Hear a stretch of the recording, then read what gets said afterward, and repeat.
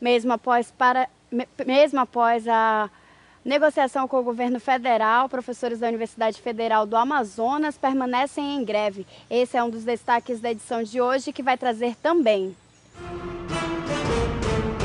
o Tribunal Regional Eleitoral do Amazonas é o primeiro do país a inaugurar uma central de edição e transmissão da propaganda eleitoral gratuita.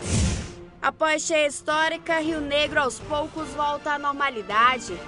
Saiba por que trabalhar em casa está se tornando cada vez mais comum no Brasil. E ainda nesta edição você vai conhecer a escola que conquistou o maior número de medalhas nos Jogos Escolares do Amazonas. Manaus, 21 de agosto, o Amazônia News está no ar.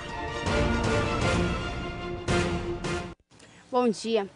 Na última sexta-feira, dia 17 de agosto, as paralisações das universidades federais do país completaram 3 meses. E mesmo após negociação com o governo federal, a Universidade do Amazonas permanecem em greve ainda. As informações com a repórter Raquel Mendonça.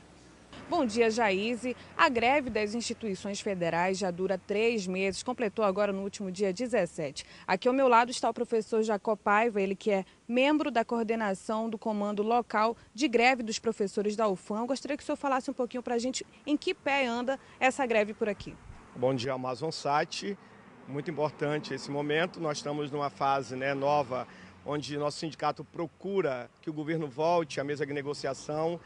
Vai apresentar uma nova proposta, inclusive, flexibilizando alguns pontos. Hoje, inclusive, temos uma Assembleia Geral às 15 horas no hall do CHL aqui na UFAM para ouvir a categoria. O nosso sindicato lamenta que o governo não tenha dialogado com a nossa proposta de carreira, com a questão das condições de trabalho, que nós temos muitos cursos em situações precárias que precisam realmente melhorar o número de professores, de técnicos, laboratórios, bibliotecas, enfim, um conjunto de condições para que possamos fazer uma formação adequada da juventude brasileira e amazonense. E essa proposta do governo de corte de ponto, o que significa aqui para a UFAM? É improcedente, porque a greve não foi julgada pela justiça, se é legal ou ilegal. Os próprios reitores tomaram uma decisão de não encaminhar o corte de ponto, porque entendem que o nosso movimento tem uma justeza, no sentido de conquistar uma carreira valorizada para o magistério superior e também de conquistar orçamento para a questão das condições de trabalho. E o governo, lamentavelmente, não ofereceu, na proposta que acabou fazendo acordo com uma das entidades que representa menos de 3% da categoria nacional, uma proposta que, na verdade, cria muitos problemas para o conjunto da categoria e não trouxe nenhuma resposta sobre condições de trabalho. E a UFAM vai permanecer em greve até que essas condições, esse plano de carreira seja acatado pelo governo?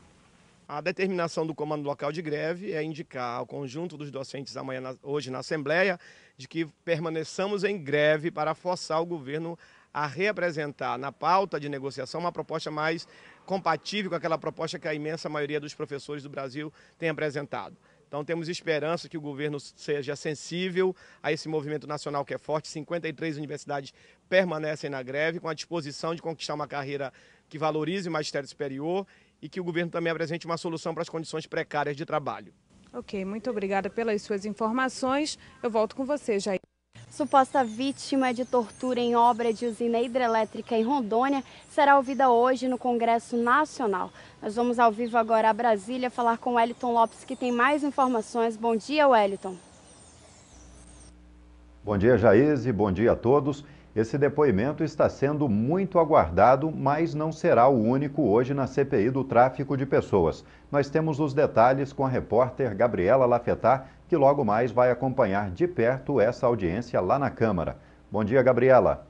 Bom dia, Wellington. Daqui a pouco, aqui na Câmara dos Deputados, a CPI vai ouvir o depoimento de Raimundo Braga de Souza, um jovem de 22 anos que afirma ter sido vítima de prisão e tortura quando trabalhava nas obras da hidrelétrica de Jirau. O depoimento do jovem é um dos mais aguardados da audiência pública e será fundamental para descobrir se existe ou não trabalho escravo no local. Serão ouvidos ainda representantes da empresa acusada, do governo de Rondônia e da sociedade. Wellington. Obrigado, Gabriela. E o assunto agora é educação. Falamos aqui dias atrás que o IDEB, o índice que mede a qualidade do ensino no país, apontou que todos os estados brasileiros cumpriram a meta em 2011 para os anos iniciais do ensino fundamental, mas que no ensino médio, o antigo segundo grau, 7 estados não atingiram a meta, entre eles Amapá, Rondônia, Roraima e Pará. Para melhorar esse quadro, o Ministério da Educação vai propor uma nova grade curricular para as escolas do ensino médio. Apesar de comemorar os resultados do Índice de Desenvolvimento da Educação Básica de 2011, o MEC quer avançar no ensino médio, onde as notas foram mais baixas. A região norte, por exemplo, mesmo tendo atingido a meta estipulada para cada estado, não alcançou o índice do país, que é de 3,9. Como o ensino médio na região norte ficou abaixo da média nacional, o Ministério da Educação quer mudar a grade curricular e adotar o tempo integral nas escolas. É importante olhar, por exemplo, como escolas muito próximas ou parecidas, que têm a mesma clientela, que têm os mesmos professores, têm desempenhos diferentes. Eu acho que isso é que remete a uma reflexão da comunidade escolar. O ministro da Educação, Aloysio Mercadante, também adiantou que o Enem vai ser o principal elemento de avaliação do ensino médio. O IDEB, no caso do ensino médio, é uma amostra muito pequena, 70 mil participantes. Nós temos esse ano 1,5 milhão de participantes no Enem. Então nós vamos primeiro substituir ao longo dos próximos anos o IDEB no ensino médio pelo Enem. O Enem está virando realmente um quase censitário no ensino médio, especialmente agora com as cotas sociais, o interesse pelo Enem vai crescer ainda mais. Bom, são esses os destaques desse início de terça-feira. Um ótimo dia a todos e até amanhã, Jaíse. Muito obrigado, Wellington, pelas suas informações. Um ótimo dia para você também. E o Tribunal Regional Eleitoral do Amazonas inaugurou a central de edição e transmissão da propaganda eleitoral gratuita, que vai auxiliar na verificação do tempo de propaganda dos candidatos.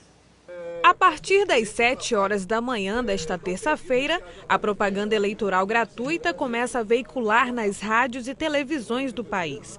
A distribuição do horário eleitoral é feita de acordo com a representação dos partidos políticos na Câmara dos Deputados e o conteúdo é fiscalizado pelo Tribunal Regional Eleitoral. Você não pode ofender o candidato, o adversário, né?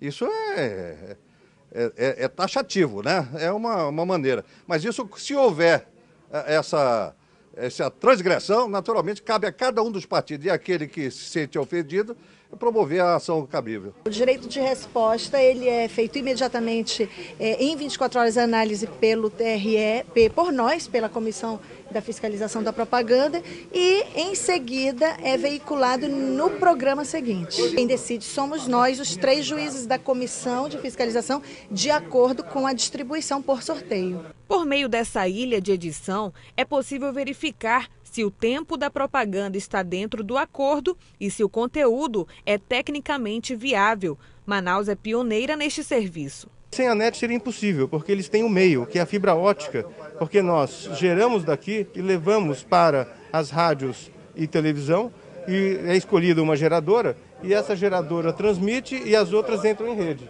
Então, por isso que é importante a parceria.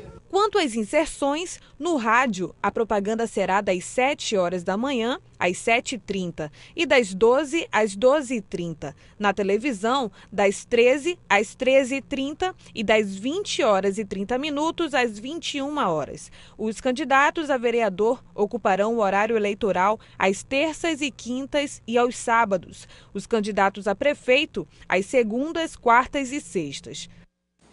A cheia histórica do Amazonas deixou várias famílias desabrigadas, inclusive na capital.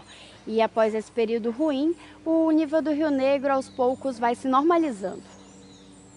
A cheia recorde foi registrada no dia 29 de maio, mas o nível do rio neste ano já era o maior da história. O recorde anterior foi em 2009, com 1 centímetro a menos. O monitoramento do rio é realizado desde 1902, no Porto de Manaus. Portanto, se trata da maior enchente em 110 anos. Nós podemos dizer, com todos os dados que nós temos, que o rio está dentro da sua normalidade. Não tem nada de diferente.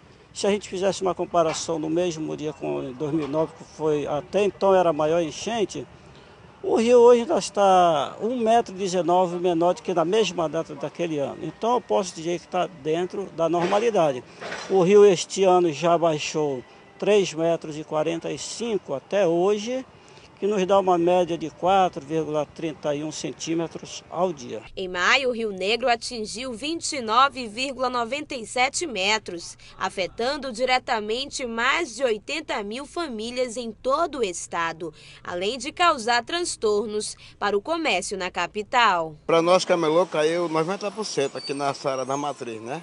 Eu trabalho com negócio de lanche aí, inclusive eu fechei 2 meses, porque estava cheio. A água chegou até aqui na praça e muitos camelô tiveram prejuízo de negócio de compras e vendas, né? No caso, no meu lanche, eu apurava R$400, R$500 no dia e eu cheguei a apurar por dia R$20. Caiu muito, teve que fechar meu lanche. E eu creio que cada chance supera a outra, né? E eu creio que ano que vem nós temos que estar preparados. No próximo bloco, você confere que trabalhar em casa já se tornou uma ótima opção para os brasileiros.